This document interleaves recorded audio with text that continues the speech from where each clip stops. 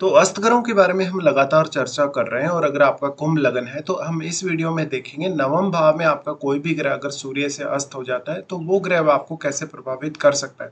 यहाँ आपको सारे के सारे जो ग्रह हैं वो नजर आ रहे हैं। इन्हीं ग्रहों को हम लेंगे एक एक को और देखेंगे कि नवम भाव में इनके अस्त हो जाने से आपको कैसा प्रभाव मिलेगा। यहाँ पे हमने सूर्य को नवम भाव में लिया है और सूर्य आपके चार्ट में 7वें घर के स्वामी है। लेकिन हो सकता है आपके सूर्य आपके अष्टम में हो, नवम में हो या फिर दसम में हो। सूर्य यहाँ पे सप्तमेश होने की वजह से काफ़ी ज़्यादा इंपॉर्टेंस रखेंगे और वैसे अगर देखा जाए किसी भी जातक के अगर सूर्य नवम में है तो यहाँ सूर्य नीच की स्थिति में आ जाएंगे। अब सबसे पहले यहाँ लेंगे बृहस्पति को। मान लीजिए कि आपके बृहस्पति नवम भाव में सूर्य से अस्त है तो ये आपके लिए मैरिज के बाद बहुत ही ज़्यादा लकी रहेगा। इवन आपकी हायर स्टडीज के लिए, विदेश यात्रा के लिए या कैरियर के लिए भी, क्योंकि सूर्य सरकार के कारक माने जाते हैं। सरकार के कारक माने जाने की वजह से कहीं ना कहीं जो पार्टनर है, पार्टनर आपको आपके कैरियर में बहुत ज़्यादा सपोर्ट कर सकता है। आपकी गवर्नमेंट जॉब लगे या आपका गवर्नमेंट के साथ कोई भी रिलेशन बने तो उसमें आपके पार्टनर का रोल बहुत ज़्यादा अहम होने वाला है। इसके साथ साथ सूर्य का जो एग्रेशन है या सूर्य की जो फायर पावर है वो बृहस्पति को प्राप्त होगी। बृहस्पति को प्राप्त होगी तो बृहस्पति से संबंधित रिजल्ट्स पाना आपके लिए बहुत आसान होगा, जिससे आपकी विवेक में वृद्धि होगी, आपकी बुद्धिमत्ता बढ़ेगी और आप अच्छे से निर्णय ले सकेंगे। हालांकि सूर्य का जो प्रभाव बृहस्पति पर रहेगा इसकी वजह से आपको थोड़ा बहुत ईगो प्रॉब्लम्स भी आएंगी। फिर बृहस्पति आपके चार्ट में 11वें और दूसरे भाव के स्वामी बनते हैं। इन दोनों ही भावों के स्वामी होने की वजह से इस बात की बहुत प्रबल संभावना है कि आपको दोनों भावों से संबंधित कार्य करने और दोनों ही भावों से संबंधित निर्णय लेने में काफ़ी आसानी होगी और काफ़ी तेजी से आप इनसे जुड़े कार्य कर सकेंगे। ऐसा जातक हो सकता है कि मैरिज होने के पश्चात अपने आर्थिक स्थिति को लेकर कोई बड़ा निर्णय लेगा। साथ साथ में अगर यहाँ बृहस्पति अस्त हैं तो फिर वो अपना प्रभाव आपके थर्ड हाउस पर डालेंगे और यहाँ से बृहस्पति कहीं ना कहीं आपको काफी ज्यादा प्रभावित करने वाले हैं, क्योंकि वो लगन को भी प्रभावित करेंगे और आपके पंचम भाव को भी। ऐसे में इन भावों से संबंधित आपके लिए जो कार्य हैं वो बहुत ज्यादा आसान होने वाले हैं।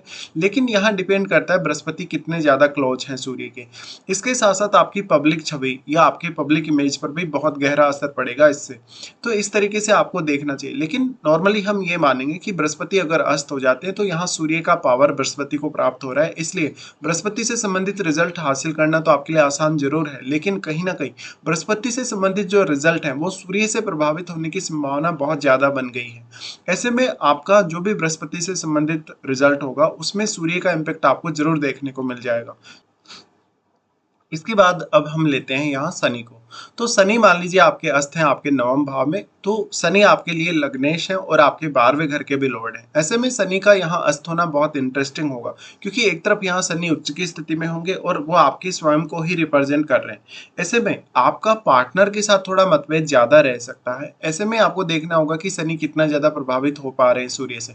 अगर मान लीजिए सूर्य का असर जो है या सूर्य का जो इम्पैक्ट है शनि पर वो बहुत ही स्ट्रांग है, बहुत ही ज्यादा है, तो ऐसे में यहाँ सूर्य और भी ज्यादा प्रभावी तरीके से रिजल्ट देंगे और ऐसे में आपका पार्टनर आपके ऊपर बहुत ज्यादा हावी रहेगा और अक्सर आपके पार्टनर के साथ आपके मतभेद भी रहेंगे। लेकिन ये मैरिज के बाद आपके कैरियर के लिए और आपके जीवन में डिसिप्लिन के लिए कुछ नए रास्ते खोल देगा।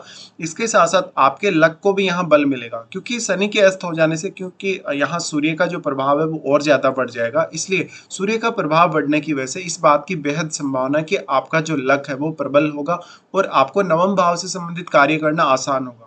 इसके साथ साथ यहाँ पे पिता के साथ रिलेशंस बहुत ही स्ट्रांगली प्रभावित हो सकते हैं, जहां पर आपको काफी नेगेटिव रिजल्ट देखने को मिल सकते हैं, क्योंकि सूर्य खुद यहाँ नीच की स्थिति में होंगे। सूर्य आपके सप्तमेश होने की वजह से आप अगर अदर स्टेट के लोगों से या इवन फॉरेनर से कोई डील करते हैं तो आपके लिए बेहद आसानी होगी। यहाँ से शनि अगर अस्त हो जाते हैं तो निश्चित तौर पर ही आपके 12वें भाव से संबंधित निर्णय लेने या 12वें भाव से संबंधित कोई भी प्रकार से आपको कार्य करने में काफी ज्यादा आसानी अनुभव हो सकती है। इस प्रकार से शनि का अस्त हो जाना आपकी लाइफ को काफी फास्ट करेगा। नॉर्मली ये देखा जाता है कि शनि के लगन वाले जो भी लोग होते हैं उनका लाइफ काफी ज्यादा स्लो चलता है। ऐसे में आपकी शनि अगर अस्त हैं तो ये आपके लिए एक बहुत अच्छी स्थिति बन सकती है। उसके बाद हम लेते हैं यहाँ मंगल को। मान लीजिए कि आपके मंगल अस्त हैं सूर्य से, तो मंगल आपके चार्ट में थर्ड लॉर्ड है और आपके 10th लॉर्ड है। ऐसे में ये कैरियर के लिए बेहद अच्छा हो जाएगा। लेकिन क्योंकि मंगल को बहुत ही ज्यादा यहाँ फायर पावर प्राप्त हो रही है सूर्य से और सूर्य बहुत ही एग्रेसिव और फायरी प्लैनेट है, लेकिन मंगल ऑलरेडी फायरी है, तो अगर अगर सूर्य का प्रभाव उन पर है, तो ऐसे में मंगल के पास इतनी ज़्यादा पावर आ जाएगी जो बहुत ज़्यादा हो जाएगी यहाँ पे, जिसको सँभालना, जिसको हैंडल करना आपके लिए उतना आसान नहीं होने वाला। ऐसे में आपको देखना होगा कि सूर्य कितना ज़्यादा इम्पैक्ट डाल पा रहे हैं मंगल पे। अब मंगल अगर अस्त है तो आपके लिए कोई भी प्रकार का हार्ड वर्क करना या अपनी लाइफ में कोई भी अचीवमेंट हासिल करना ज़रूर आसान होने वाला है। इसके साथ-साथ आपके करियर से जुड़े हुए डिसीजन और करियर से जुड़ी हुई आपकी मेहनत, आपका हार्ड वर्क वो भी आसान होने वाला है। लेकिन यहाँ पर आपके बॉस या इवन आपके कलीग्स के साथ आपके रिलेशंस उतने बेहतर नहीं होंगे और आप अपने करियर को लेकर बहुत ही ज़्यादा ऑप्टिमिस्टिक रहेंगे। इस वजह से भी आपको कुछ दिक्कतें आएँगी। मंगल फिर यहाँ अस्त हो रहे हैं तो आपके पिता के साथ अनबन होना, आपके धार्मिक दृष्टिकोण या दार्शनिक दृष्टिकोण में तेजी से बदलाव होना भी संभावित है। फिर डायरेक्टली अगर देखा जाए तो मंगल यहाँ से प्रभावित करेंगे थर्ड हाउस को, और थर्ड हाउस उनका खुद का ही घर है। ऐसे में जरूर आपके भाई बहनों के साथ, इवन आपके पड़ोसी रिश्तेदारों के साथ आपके रिश्तों में काफी ज्यादा एग्रेशन देखने को मिल सकता है, जहां पर आपको अपने रिश्तों को काफी ज्यादा हैंडल करना पड़ेगा और आपके अंदर भी बहुत ज्यादा एग्रेशन आएगा मंगल के यहाँ होने की वजह से। मंगल यहाँ पर है तो अब क्योंकि वो सूर्य से अस्त हो रहे हैं, इसलिए आपके पार्टनर का जो प्रभाव है आपके करियर पर और आपके हार्डवर्क में पार्टनर का जो रोल है वो काफी ज्यादा अहम होने वाला है। उसके बाद यहाँ पर हम लेते हैं चंद्रमा को। मान लीजिए कि आपके चंद्रमा अस्त हैं सूर्य से, तो चंद्रमा आपके भाग्य स्थान पे आ गए। आपके चार्ट में वो आपके सिक्स्थ लॉर्ड हैं और यहाँ सूर्य से अगर चंद्रमा अस्त हो रहे हैं तो सूर्य की पावर यहाँ चंद्रमा को प्राप्त होगी। तो इससे आप मानसिक तौर पे बहुत ज्यादा स्ट्रांग हो सकते हैं, आप अपने निर्णयों में काफी कड़े हो सकते हैं। अब क्योंकि चंद्रमा सिक्स्थ लॉर्ड है तो सिक्स्थ हाउस से जुड़े हुए कार्यों को मेंटेन करना, सिक्स्थ हाउस से जुड़े हुए कोई भी डिसीजन लेना आपके लिए थोड़ा आसान हो जाएगा। इसके साथ साथ मेंटली आप बहुत ज्यादा स्ट्रांग होंगे, आपकी इमेजिनेशन और आपकी क्रिएटिविटी बहुत ही अच्छे से आपके काम आएगी। फिर अगर सूर्य यहाँ आपके नवम में बैठे हैं तो दोनों ही ग्रह आपके प्रभावित करेंगे थर्ड हाउस को। थर्ड हाउस को प्रभावित करने की वजह से इस बात की संभावना बहुत ज्यादा है कि कहीं ना कहीं आपकी इमेजिनेशन और आपकी कम्युनिकेशन स्किल्स एक साथ मिलकर काम करेंगे, जिससे आपको स्वयं को रिप्रेजेंट करना बहुत आसान हो जाएगा। आपके लिए कोई भी क्रिएटिव वर्क करना बहुत आसान हो जाएगा। इसके साथ साथ आप अपने रिश्तों में कहीं ना कहीं अपने माता पिता के साथ, इवन अपने जो भी रिलेटिव्स हैं उनके साथ बेहतर तरीके से कम्युनिकेट कर सकेंगे। तो यहाँ पे चंद्रमा का अस्त होना ज्यादातर केस में तो आपके लिए अच्छा ही माना जाएगा और फिर ये कैरियर पर भी मेजर इम्पैक्ट लाएगा।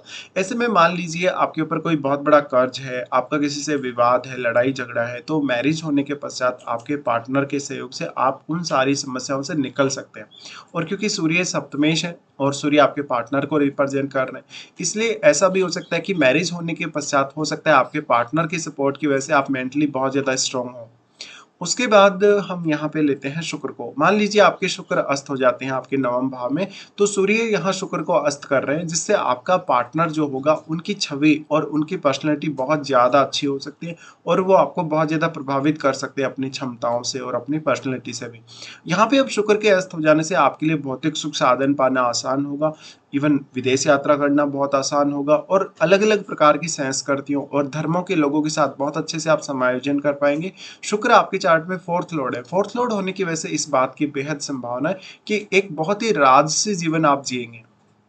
सूर्य सप्तमेश होने की वजह से मैरिज होने के पश्चात आपके जो डोमेस्टिक लाइफ है, जो भौतिक सुख साधन है आपके, उनमें बहुत बड़े परिवर्तन आ सकते हैं। इसके साथ साथ कहीं ना कहीं आपको कुछ हद तक रिलेशनशिप में प्रॉब्लम्स आ सकती हैं शुक्र के अस्त हो जाने से।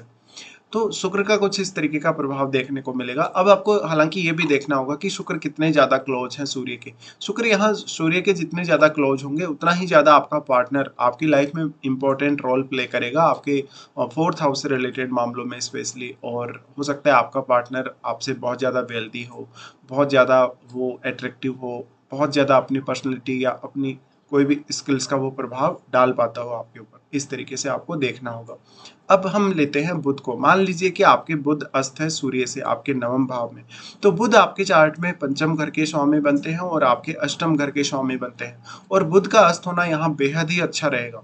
बुध वैसे भी देखा जाए तो अपने मित्र शुक्र के ही घर में अस्त हो रहे हैं। ऐसे में बुध अगर अस्त हो जाते हैं तो ये आपके हायर स्टडीज के लिए बहुत ज्यादा अच्छा होगा, आपके निर्णय लेने के लिए बहुत ज्यादा अच्छा होगा। बट डायरेक्टली अगर देखा जाए तो ये आपके पार्टनर के लिए भी बेहद अच्छा साबित होगा कहीं ना कहीं।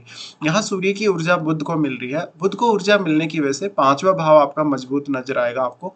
इसके साथ साथ आठवें भाव से संबंधित कार्य करना, आठवें भाव से संबंधित निर्णय लेना, कोई भी प्रकार का रिसर्च वगैरह करना भी आपके लिए आसान होने वाला है। अब क्योंकि बुध अस्त हो रहे हैं तो आपके पार्टनर का जो इम्पैक्ट है वो आपके पंचम भाव से संबंधित कार्यों और अष्टम भाव से संबंधित कार्यों पर आएगा।